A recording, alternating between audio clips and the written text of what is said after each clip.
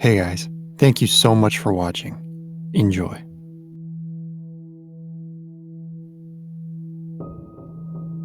The precinct was only a 15-minute drive away.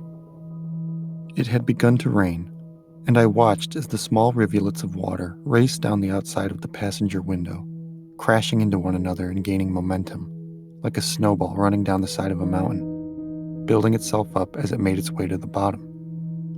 So, you want to tell me what it was you saw back there? Detective Jim Sydell asked as he eased the unmarked sedan into a spot by the building. He hadn't said anything during the entire car ride, and neither had I. I was too busy thinking about what I had seen. The message on the phone. Dead meat, it read. Or the arm that had been sliding the girl up the wall, squeezing the life out of her. What was with her behind that curtain? I've known Jim for most of my 31 years of life, and he's always been there for me, always stood by my side, even after I told him about this ability of mine, even after he moved away. But now he was back, and I decided we would both be better off if I kept some details close to the vest, at least until I could figure out how this thing got to Emily. Her phone. I saw her phone on the sink counter. It had some sort of message on it. I couldn't see what it was, though. His eyebrows furrowed as he took in what I said. Huh, that's some real freaky gift you got, my friend. How about you tell me tonight's Powerball numbers? A wide grin spread across his face as he opened the car door. I smiled. I don't know how many times you'll ask me that, Jim, before you realize that's not how it works. Damn, he said as we entered the dreary brick building. The break room wasn't much of a room at all. It was about the size of a bathroom, with a worn-out-looking couch pushed to one end of the room and a card table with 3 chairs placed around it in the middle. I grabbed one of the chairs and sat down, closing my eyes, trying to remember every detail of the psychic journey I had made. In my mind's eye, I was there again, surrounded by the steam of the shower. The faint aroma of strawberries clung to the thick, warm air. I turned, looking down at the phone again. And the message. Dead meat. But what was the number? 5.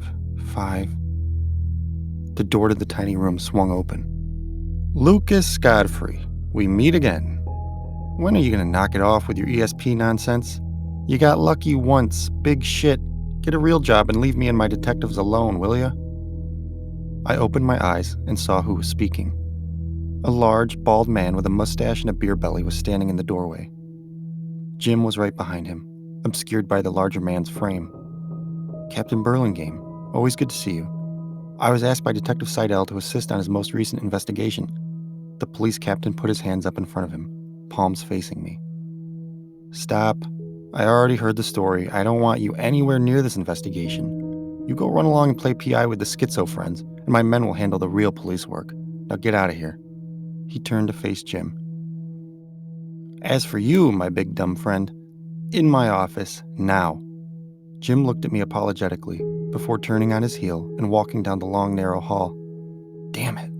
I would need to figure this out some other way. I sighed and headed towards the exit. That's when I overheard a conversation between a teenage boy and a uniformed officer sitting at a desk. Son, you're gonna have to call the phone company. This is not a criminal matter. I'm telling you, officer, every time I get a phone call, somebody gets hurt. You have to believe me. Yeah, you told me. Cursed phone number. I got it. Now, if you don't mind, I've got some real work to do. Goodbye. The officer rolled his eyes, and the boy just shook his head in defeat before turning and heading towards the door. I jogged to catch up to the kid. Hey, I shouted as he walked out of the door. I stepped outside into the rain and stretched my hand out. My name's Lucas, and I couldn't help but overhear your predicament. I'm a private investigator, and I think I might be able to help. My name's Jack, he said. And I think my phone number might be cursed.